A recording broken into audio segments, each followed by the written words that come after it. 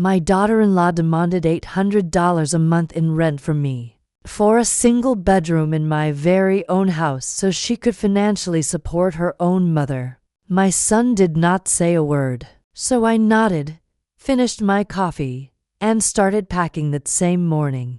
3 days later, I was gone, and it was only then that they realized who actually kept that house running. It was 7 in the morning on a Tuesday. My kitchen in Concord did not smell like freshly brewed coffee. It smelled like harsh surface cleaner. My daughter-in-law Rachel had decided my old drip coffee maker was unhygienic and banished it to a cabinet. In its place sat an expensive espresso pod machine she had not bothered to show me how to use.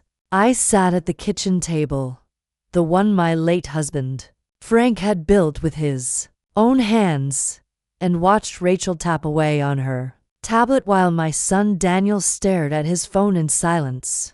Rachel said without glancing up, "Margaret, we ran the numbers. Since my mother needs help paying for her home health aid, we need to restructure the household finances. Starting next month, you will need to pay $800 in rent for your room."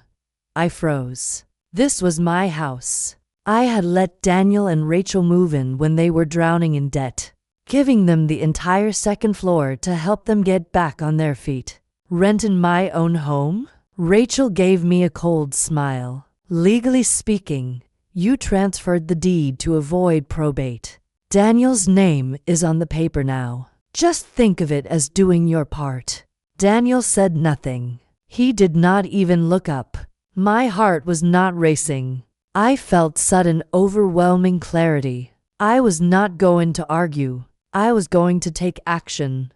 "I understand," I said simply. I walked to my room and opened my laptop.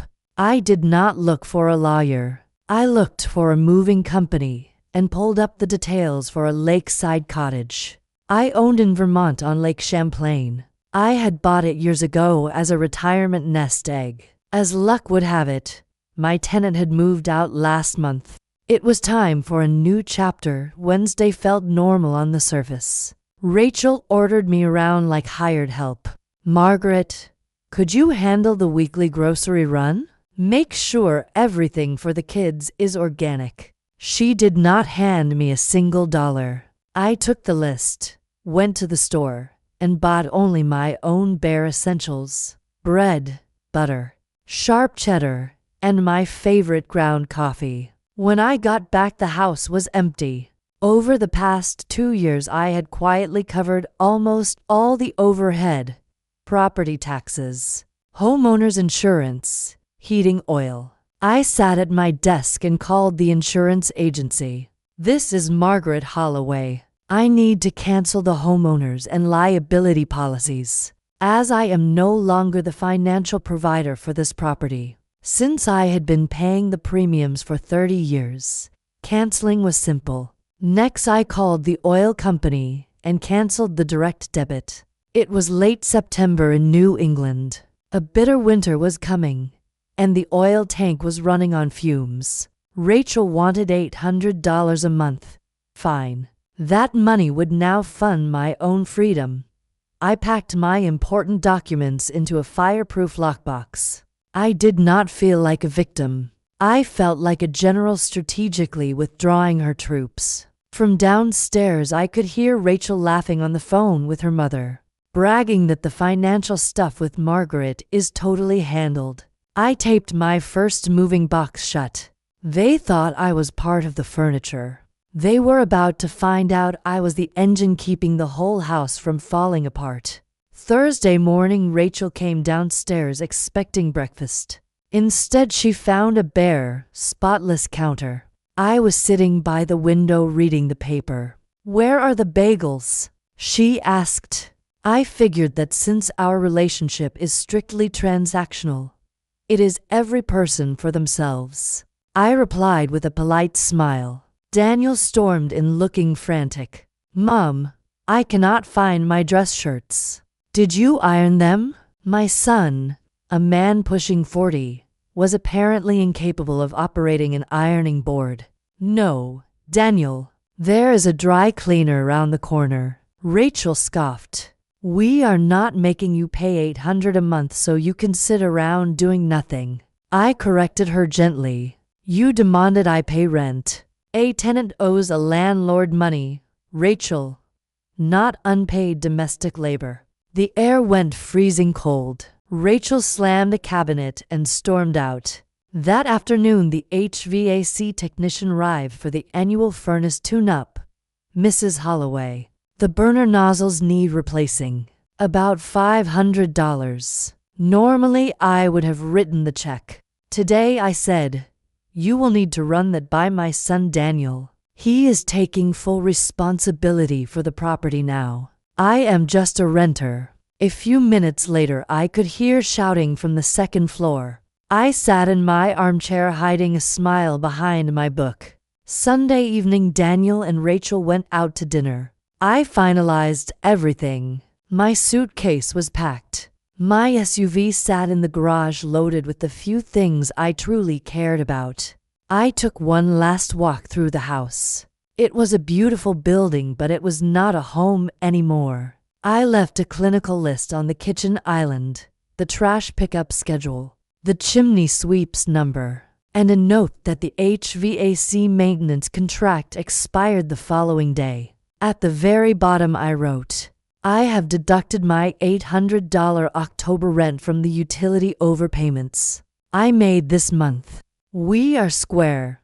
Monday morning at 7:30, a small moving truck backed into the driveway. In under 40 minutes, my bed, my desk, and my reading chair were loaded.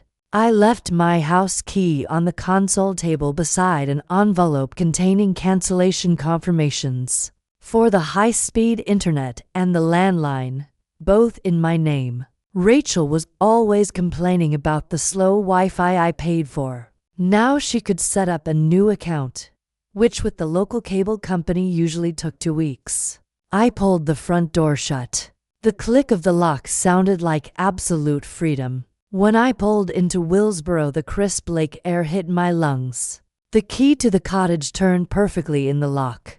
I had turned the heat on via the smart thermostat 2 days earlier. Here I was not a tenant. I was not a burden.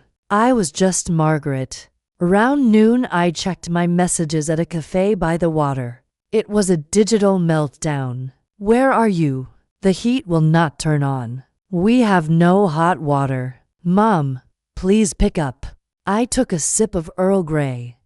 The heat was not turning on because the oil tank was bone dry. I typed one message into the family chat. I am at my cottage on the lake. Since you are the sole homeowners now, the upkeep is entirely your responsibility. Please contact me only for matters related to my forwarded mail. Rachel fired back a hysterical voice memo. You cannot abandon us. We were relying on your money. My mother needs that cash. I deleted it halfway through. Not a single "Are you okay?" Not a single "I am sorry." Just demands. I put my phone on airplane mode. 2 days later, the HVAC technician called. Mrs. Holloway, the pipes are going to freeze and burst if they do not get oil delivered. Daniel's card declined. I took a slow breath. I no longer live there. My son owns the property. It stung to be that firm, but I knew if I swooped in to save them, nothing would ever change. Daniel sent an email later that day, more grounded than his texts. He admitted they had completely miscalculated.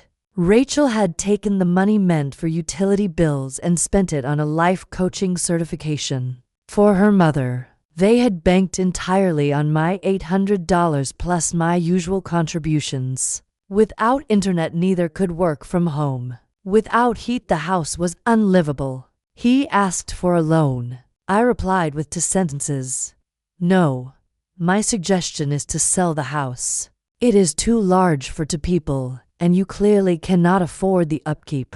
It took 1 week for the inevitable. Daniel called, sounding defeated, sitting in his car to stay warm. Rachel went to stay with her mother, he said. She refuses to live in a house that does not function. The oil truck came, but I could not pull together the $4,000 for an emergency fill. So what is the plan, Daniel? I do not know, Mom.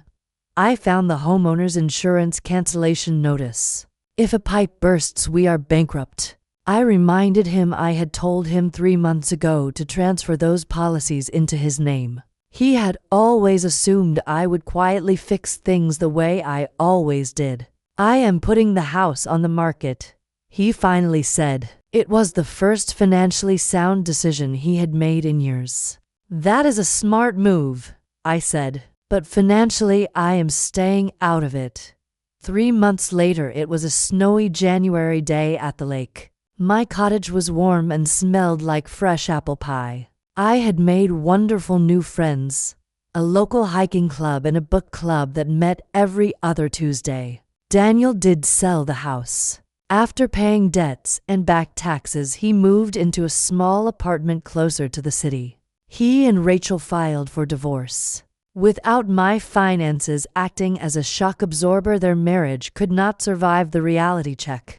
Daniel came to visit last month. He looked thinner, but for the first time in his life, he carried himself like a real adult. He brought me flowers paid for with his own money. Before he left, he hugged me and thanked me for the tough love. I do not regret a single thing. Sometimes the most loving thing you can do for someone is step out of the way and let them face the consequences of their own choices. Rachel still sends bitter emails blaming me for ruining her life. I delete them without reading a word. I am no longer good, reliable Margaret. I am just Margaret Holloway, a woman thoroughly enjoying her retirement. Freedom begins the exact moment you stop footing the bill for other people's selfishness. I cut myself a slice of pie and smiled. Life was genuinely good because I had finally given myself permission to live it entirely for myself.